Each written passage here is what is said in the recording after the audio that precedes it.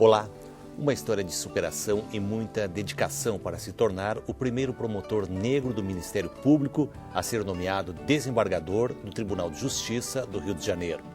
O desembargador Paulo Rangel é autor de 6 livros na área penal e na sua caminhada foi porteiro das casas pernambucanas. Hoje ele é pós-doutor pela Universidade de Coimbra e desembargador da Terceira Câmara Criminal do Tribunal de Justiça do Rio de Janeiro. E é o desembargador Paulo Rangel que a gente recebe novamente. O senhor já esteve aqui em 2005 e com muita satisfação a gente recebe o senhor novamente aqui na UPF TV.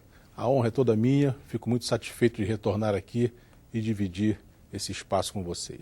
O senhor tem uma caminhada muito bonita, né? Como eu disse no início, até chegar aqui a desembargador, né? O senhor começou subindo degrau por degrau e foi porteiro das casas pernambucanas no Rio de Janeiro.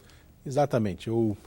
Meu primeiro emprego, em verdade, eu era funcionário de uma empresa que prestava serviços a casas pernambucanas e a IBM. E nós éramos responsáveis pela portaria dessas duas empresas, né? Exercíamos a função dentro da empresa, mas na portaria, fiscalizando as pessoas que entravam e saíam. Depois, com o tempo, eu consegui, até mesmo com contato com as pessoas, e já por possuir o segundo grau, consegui o emprego de vendedor na antiga lojas Mesbla, que tinha no Rio de Janeiro. E aí já foi um upgrade, como a gente chama, né? Sair de porteiro para vendedor. Só que eu não tinha tempo, né? Eu entrava muito cedo na loja, às 9 horas, saía às 22. Então, queria fazer faculdade, queria estudar e não tinha tempo. E aí, resolvi fazer um concurso que apareceu, que foi para a Polícia Civil do Rio de Janeiro, onde eu fui detetive de polícia durante 7 anos. Quando fui detetive é que consegui ter tempo para estudar e fiz minha faculdade de Direito. Terminando a faculdade de Direito, fiz concurso para o Ministério Público, onde ingressei como promotor de justiça. Aí a vida melhorou, tomou outro rumo, melhorou bem mais. Nesse período em que o senhor foi porteiro e vendedor, foram quantos anos? Na portaria, 2 anos, vendedor 3 anos. E que lição o senhor traz dessa fase e que lhe ajudou até chegar a essa posição hoje de desembargador?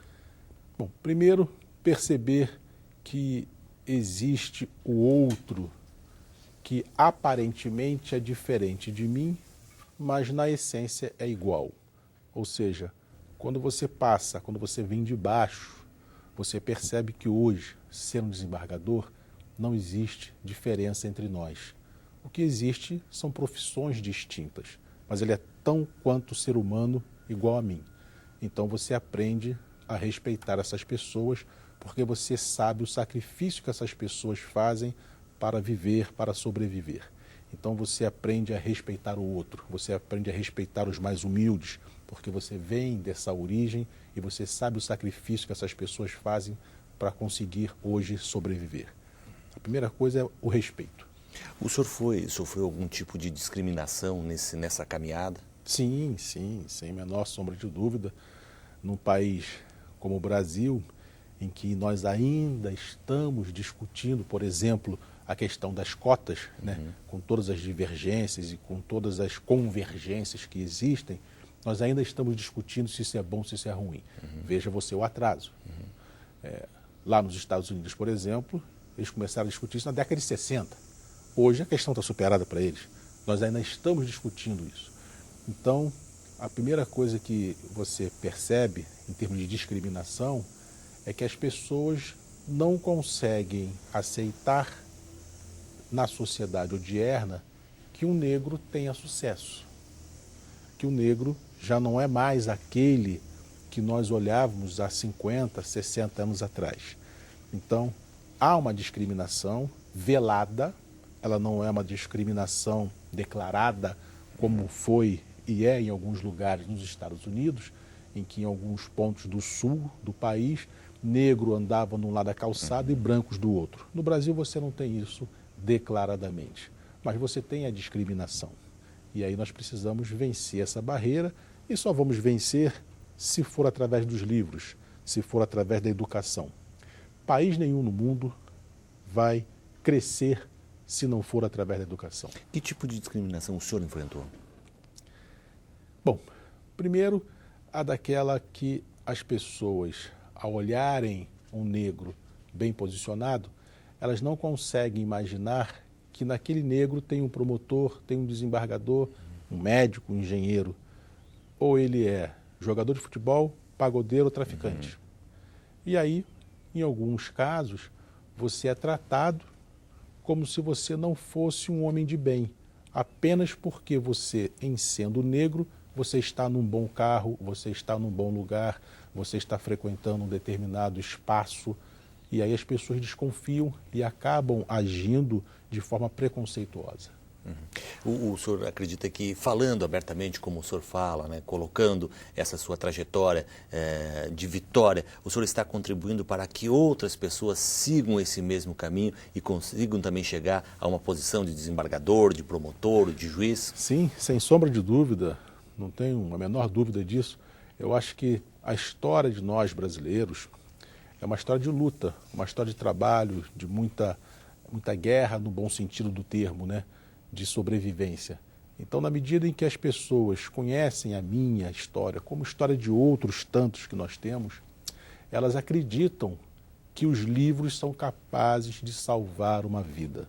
Eu costumo dizer que eu fui salvo pelos livros, porque eu acreditei que apostando no estudo, apostando no sacrifício do estudo, na dedicação exclusiva ao estudo, eu pudesse crescer. Tem gente que acha que não, que é muito difícil, que é impossível, porque o livro está caro, porque a faculdade está cara, ou não consegue entrar na universidade pública. Enfim, seja qual for o motivo, as pessoas acabam sempre criando ideias e criando motivos para não enfrentar a dificuldade. E eu acho que aí é que está o grande erro. E o senhor fez uma colocação, né, que normalmente as pessoas da classe mais humilde preferem o futebol, né, que vem como um caminho de ascensão, se torna um cantor. O senhor fez justamente esse outro caminho, apostou tudo na educação, tudo nos livros e no conhecimento. Exatamente. Eu acho que é também uma outra saída. Quando um jovem se dedica ao esporte e vence, eu acho muito importante. Que é uma parcela muito pequena, né? Uma parcela muito pequena, isso que tem que se entender. Vamos usar o futebol como exemplo. Jogadores de futebol, bons jogadores, existem milhares. Jogadores que se tornam um ícone no futebol, você conta nos dedos quantos consegue. Uma parcela pequeníssima. Pequeníssima, porque é um funil muito grande. Agora, essa também é uma saída. Mas não existe só essa saída, não existe só a música como saída, que no caso do pagode, do samba, que muitos têm sucesso e merecidamente são grandes cantores nesse meio. Mas existem também aqueles que se dedicam aos livros, que vão ser grandes médicos, engenheiros, professores, enfim. Então as pessoas têm que acreditar que um pouco mais de dedicação também aos livros é capaz de salvar uma vida, dando a essa pessoa condições de se tornar um grande profissional respeitado também na sua área. E o senhor entende que a dificuldade não é motivo suficiente para que essa pessoa possa vencer? Não, de maneira nenhuma. A dificuldade ela tem que ser um motivo para você vencer. Eu às vezes escuto alguém falar assim, não, professor, porque eu... O senhor acha que o senhor teve mais garra do que as pessoas da média? Olha, é difícil eu dizer isso para você. Eu diria o seguinte, as dificuldades fizeram com que eu vencesse. E eu me pergunto, será que se eu não tivesse essa dificuldade eu venceria? Será que se eu tivesse tudo na mão eu venceria tanto quanto? Não sei, né? Não posso adivinhar o que teria acontecido, já que não aconteceu. Mas o que eu posso dizer a você é o seguinte, as dificuldades que foram enfrentadas foram dificuldades que me desafiaram, fizeram com que eu tivesse a vontade de vencer, né? Então, cada desafio, cada dificuldade foi um degrau para que eu subisse cada vez mais. Por quê? Porque eu acreditei que, com saúde, com dedicação, com sacrifício, eu conseguiria vencer. E assim como eu, óbvio, todas as pessoas que se dedicam. Quando eu escuto uma pessoa dizer assim, que eu sou casado, sabe, eu tenho filho, para mim é mais difícil, eu mudo o discurso. É exatamente por você ser casado, por você ter filhos, é que você tem que se dedicar e se sacrificar mais em nome da sua família. Se você for solteiro, tudo bem, né? Se você é solteiro, sozinho, então quem é que vai passar necessidade? Só você. Mas na medida que você tem uma família, que você tem filhos e que isso pode trazer consequências negativas para elas, você tem que se sacrificar mais para você vencer exatamente por causa disso. Quer dizer, o motivo que você usou para não vencer é o motivo que eu uso para vencer, porque é em nome dessa família, desse filho, que você tem que sacrificar. Na verdade, o senhor nunca se acomodou, né? Porque muitas pessoas se acomodam nessa primeira dificuldade. Exatamente. As pessoas arrumam, pelo que eu observo às vezes, o motivo para não vencer. É o primeiro obstáculo. E até transferem para os outros isso, né? A responsabilidade. Então, todas as dificuldades, todas as pedras que aparecem no seu caminho, são dificuldades que são colocadas propositalmente, e aí já numa visão aqui muito espiritual, para saber se você quer ou não aquilo. Se eu coloco uma pedra, eu tropeço e caio, digo que quebrei o pé e que não vou conseguir andar, pronto. É porque eu não queria aquilo. Não, tropecei, levanto, sacode a poeira, dá a volta por cima e você vai conseguir. Eu não conheço uma pessoa que tenha se dedicado e não tenha conseguido. Não conheço. No programa de hoje, nós estamos conversando com o desembargador do Tribunal de Justiça do Rio de Janeiro, o professor Paulo Rangel. A gente vai ao intervalo e voltamos para o segundo bloco no programa Direitos desta semana.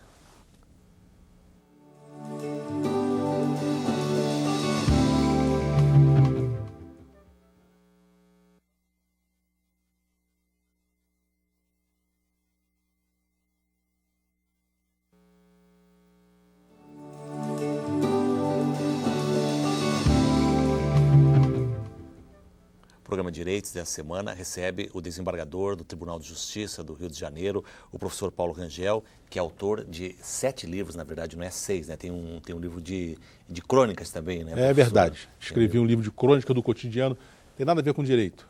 É mais um desabafo de casos reais, dando um tom de humor nessas histórias reais que aconteceram, mas tratando todas elas com bom humor. Desembargador, a outra vez que o senhor veio, a gente comentou, né, já tem algum tempo, né, 5 anos, predominava aquela situação de violência no Rio de Janeiro, do Estado perdendo cada vez mais o espaço. Nós tivemos agora as ocupações no Rio de Janeiro e as unidades pacificadoras. Qual é a real situação hoje? A real situação é que o Rio de Janeiro virou uma página na violência, ou seja, quando eu estive aqui em 2005, nós vivíamos, posso dizer, um caos no Rio de Janeiro. Hoje, você tem as unidades de polícia pacificadora, onde o governo estadual chegou em 2007 com vontade política de enfrentar essa situação. E enfrentou, e as comunidades, as principais, foram e estão sendo pacificadas, devolvendo ao morador a dignidade. Eu confesso a você, Rogério, quando nós, e digo nós porque eu sou carioca, quando nós ocupamos o Morro do Alemão e fincamos a bandeira do Brasil e a bandeira do Estado do Rio de Janeiro, eu chorei de emoção, literalmente chorei. Por quê? Primeiro, por devolver àquelas pessoas o direito de ir e vir, a dignidade delas. Acabou aquela história de que quem manda aqui é o tráfico. E aí manda com maldade com os moradores, com violência, com estupro, tomando casas para fazer de paiol, para fazer de boca de fumo. Você devolveu essa dignidade. Segundo, você devolve educação porque as escolas podem funcionar, saúde porque os postos de saúde podem funcionar, a economia gera em torno da comunidade porque as empresas podem voltar a funcionar. Ou seja, tudo que isso significa em torno daquela comunidade, isso você mostra que é capaz, é possível nós termos uma cidade sem violência. Então o quadro hoje do Rio de Janeiro é um quadro que, é claro que nós temos assaltos, temos, como em toda metrópole no mundo, toda grande cidade no mundo tem. Eu já fui assaltado em Nova York. E eu sei que Nova York é uma cidade segura. Aconteceu. Ou seja, eu dei o azar. Então quero dizer, no Rio, é claro que nós temos ainda crimes, mas numa situação completamente diferente, em que eu posso hoje fazer turismo na Rocinha, Dona Marta, no Morro do Alemão. Eu posso ir comer a feijoada da Tia Maria no Vidigal, porque hoje é um ponto turístico da cidade. Hoje tem uma feijoada na Rocinha que as pessoas, os turistas, os alemães, os ingleses, os brasileiros, os cariocas, podem frequentar. Isso é uma página virada na violência que ainda continua. Nós ainda temos que ocupar outras comunidades para dar segurança à sociedade. E claro, uma vez ocupada a comunidade, ingressar agora com outros projetos sociais, educação, esporte, lazer, para resgatar aqueles jovens que estavam perdidos no crime. Pois é, justamente isso, né, professora? A ocupação é apenas uma etapa. Uma etapa. Depois tem várias outras que o Estado precisa Exatamente. Você imagina nunca terem feito coleta de lixo numa comunidade como essa. Você imagina o que isso significava em termos de doença, de proliferação de doença. Hoje, a empresa responsável, que é a Conlurb, pode fazer a coleta de lixo. As pessoas têm consciência de que tem um lugar para depositar o lixo. Você pode levar saneamento básico, você pode levar água, você pode fazer um encanamento de esgoto, a escola pode funcionar. Tudo que isso representa. Você leva o esporte, tem campo, como é que se chama?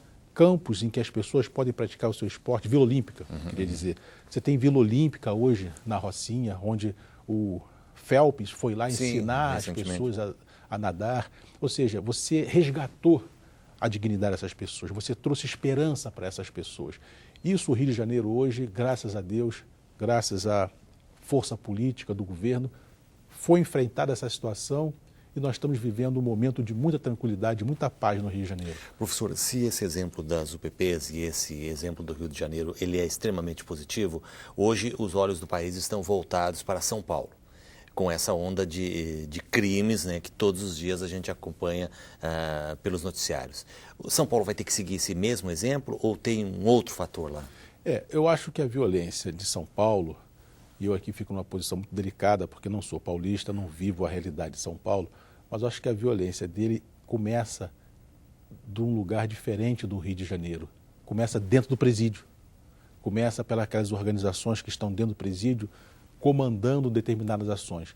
Mas eu não tenho dúvida nenhuma, Rogério, que o governo de São Paulo, com as autoridades de São Paulo, que são pessoas sérias, vão achar o caminho ideal para a resolução desse problema.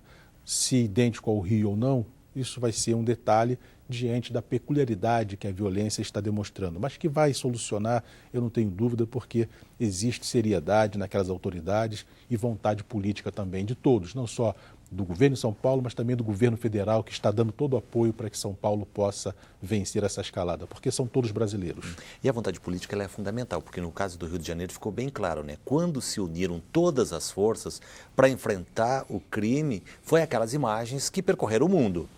E aí veja você a importância que é o governo federal estar alinhado com o governo estadual, por via de consequência com o governo municipal. Quando o governador Sérgio Cabral ligou para o presidente Lula à época e hoje liga para a presidente Dilma pedindo apoio, o apoio é dado porque ali, além de serem ligados à mesma base política, mas existe a responsabilidade ética. Em nenhum momento, eu tenho certeza, e está demonstrado isso, o governo federal vai negar apoio a São Paulo. Por quê? Porque existe responsabilidade ética nessa condução da coisa pública. Então o apoio está sendo dado. Se houver força política, se houver vontade, o problema vai ser resolvido, sem a menor sombra de dúvida. Bom, os seus 6 livros são bastante conhecidos na academia, adotados por várias faculdades de direito. Mas eu queria que o senhor falasse um pouco mais sobre o seu livro de crônicas do cotidiano, onde o senhor procura trabalhar de uma forma mais leve histórias do dia a dia. É verdade. Eu, a partir de janeiro desse ano, resolvi materializar no papel histórias reais que ocorreram, portanto, do cotidiano de pessoas ligadas a mim ou comigo, ou pessoas que eu tomei conhecimento, dando um tom de humor a essas histórias. Para você ter uma ideia, agora recentemente, a última crônica que eu escrevi, um amigo me procurou querendo que eu ajudasse ele na intervenção da separação judicial dele. Eu falei, olha, eu não conheço nem sua esposa, como é que eu vou conversar com ela? Não, mas você pode me ajudar, você pode conversar com ela, por favor, me ajude.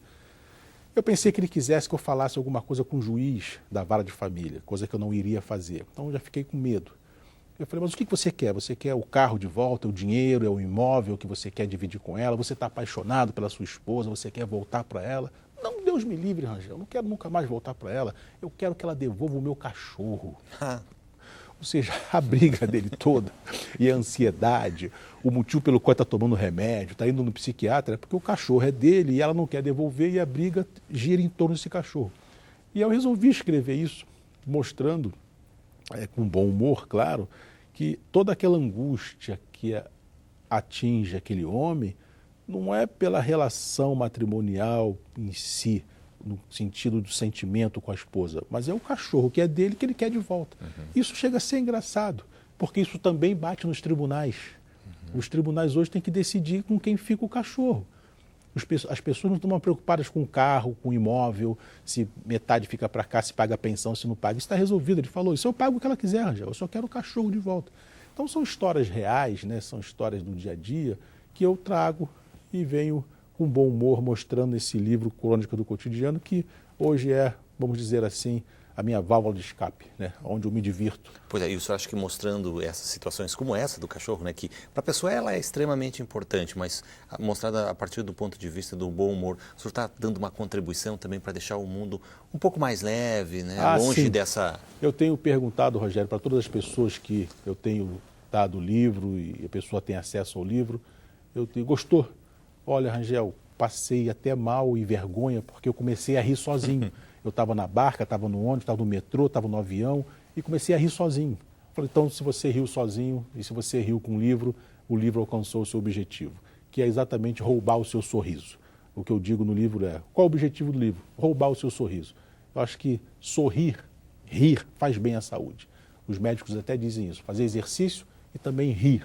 Isso ajuda a nossa capacidade cardiovascular. E se tem esse indicativo, significa que virão outros. Ah, com certeza, com certeza. Eu lancei a primeira edição com 15, já tenho mais 8 crônicas inéditas que eu vou publicar na segunda edição. Eu acho que é uma área também boa a ser explorada. Desembargador, a gente está chegando no finalzinho do programa, né, que é ótimo sempre conversar com o senhor. Queria que o senhor deixasse uma mensagem para os estudantes, para quem está fazendo faculdade, para quem já fez, enfim, para quem quer vencer como o senhor venceu chegando ao Tribunal de Justiça. Eu até brinquei, né? O senhor veio como promotor, agora como desembargador, na próxima virá como ministro? Eu costumo dizer, eu sou cristão e como todo cristão eu entrego sempre minha vida a Deus. Claro, e faço a minha parte, né? Faça por onde que te ajudarei. Então a mensagem que eu deixo e digo é, primeiro, acreditar em Deus. Sem Ele nada é possível na nossa vida. Segundo, você fazer a sua parte. Por mais sacrifício que seja ou que tenha, faça a sua parte. Se for estudar, estude. Ah, eu quero ser um bom jogador de futebol, então você tem que treinar. Quero ser um excelente nadador, você tem que nadar. Seja o que for, estude, se dedique, faça a sua parte, que com certeza a sua hora vai chegar. Não desista, nunca. É a mensagem que eu deixo para esses jovens. Acredite que é possível vencer com dedicação aos seus estudos, com dedicação àquela atividade que você escolheu. Perfeito. No programa dessa semana, nós conversamos com o desembargador do Tribunal de Justiça do Rio de Janeiro, o desembargador Paulo Rangel. Mais uma vez, obrigado pela sua presença aqui em Passo Fundo e no nosso programa. Eu quero agradecer esse outro convite que foi feito, parabenizar vocês aqui na Universidade de Passo Fundo por esse brilhante trabalho que vocês fazem na educação e aqui agora na imprensa, divulgando esses profissionais que vêm aqui e passando essa mensagem para os alunos, para os estudantes e operadores jurídicos em geral. Muito obrigado. Pois não. Na próxima semana a gente vai estar de volta aqui na UPF TV. Você sabe que esse canal tem um sério compromisso com a cidadania. Obrigado também pela sua audiência e até lá.